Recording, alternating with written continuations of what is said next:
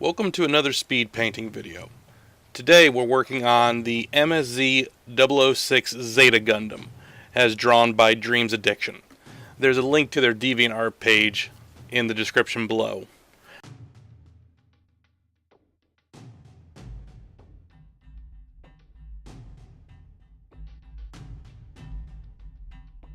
The Zeta Gundam was a third-generation Gundam-type mobile suit introduced in the series, Zeta Gundam.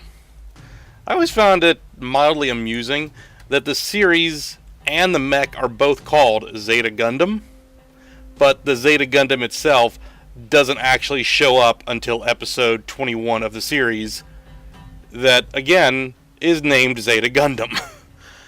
That's not a negative or anything, it's just an amusing little side point. The Zeta Gundam itself was the result of the main character, Camille, combining two technologies which in turn solved a problem in the Zeta development project being handled by Anaheim Electronics. The Zeta project was intended to develop a transformable mobile suit, and while the project had developed several prototypes that were capable of transformation, they suffered from severe metal fatigue.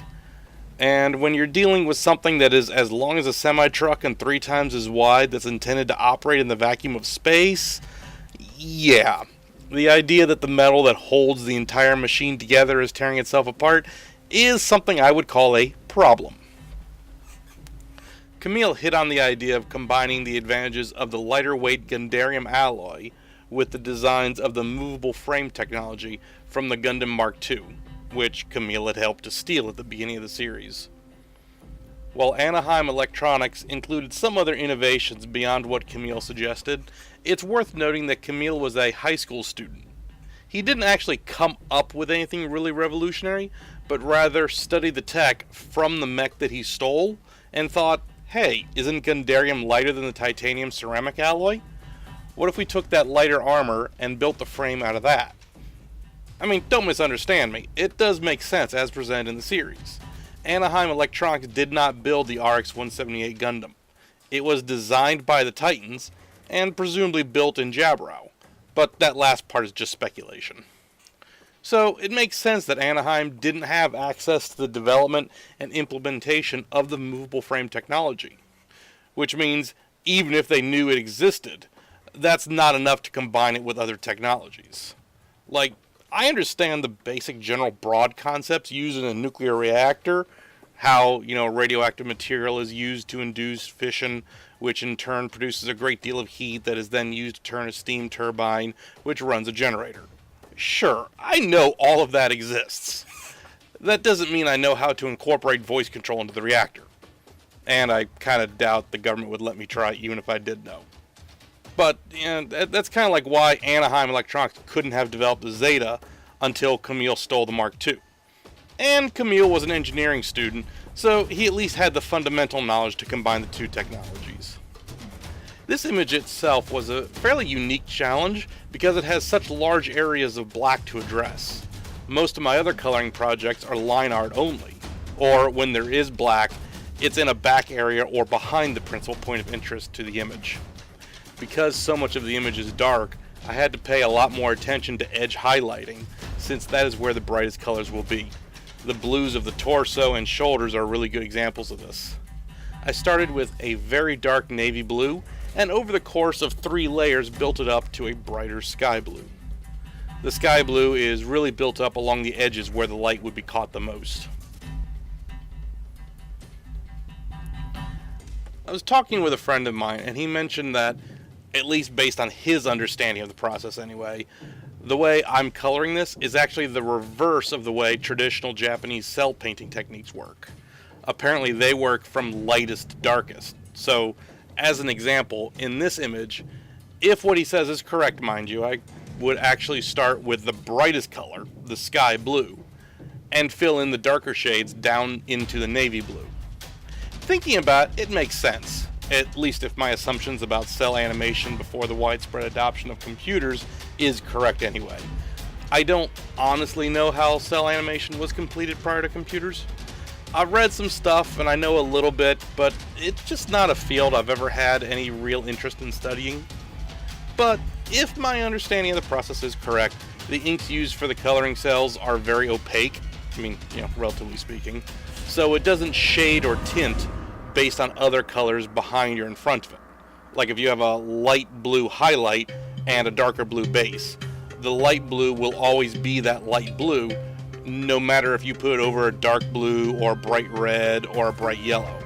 So it makes sense that you would start with the lightest color, because it would take up the least amount of space, then paint over that with the darker shade, and then over that with a still darker shade. I'm just guessing here. I could be completely wrong, so don't take anything of what I just said as accurate or anything. I'm taking what little color knowledge I do have and trying to mentally apply it to a different medium.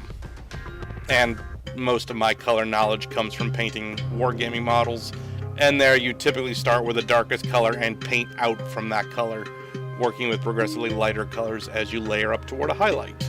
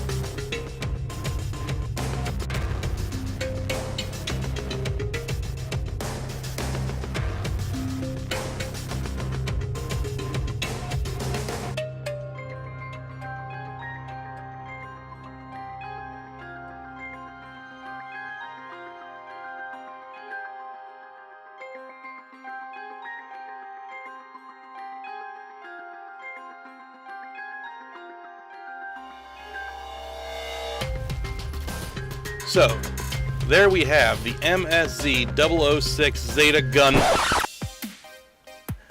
I was chatting with a friend of mine, and he likened the original RX-78-2 Gundam to Optimus Prime from the Transformers, which, with my diseased and twisted mind, then prompted me to liken the Zeta Gundam to Optimus's successor, Hot Rod, or Rodimus if you prefer.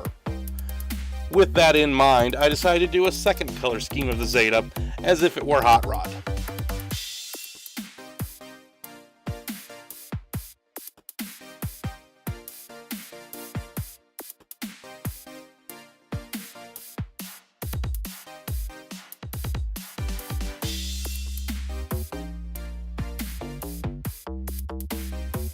So, there you have it. Two variants of the MSZ-006 Zeta Gundam, drawn by DreamsAddiction. One based on the Transformer character Hot Rod, or Rodimus Prime, and one based on the actual figure. Be sure to check out DreamAddiction's DeviantArt page at the link below. If you enjoy this video, be sure to check out my other videos. If you want to help me out, you can support me on Patreon for as little as $1. You can also follow me on social media at the links below in the description. If you're an artist and interested in having me take a shot at coloring some of your work, feel free to drop me a line on Twitter or Facebook.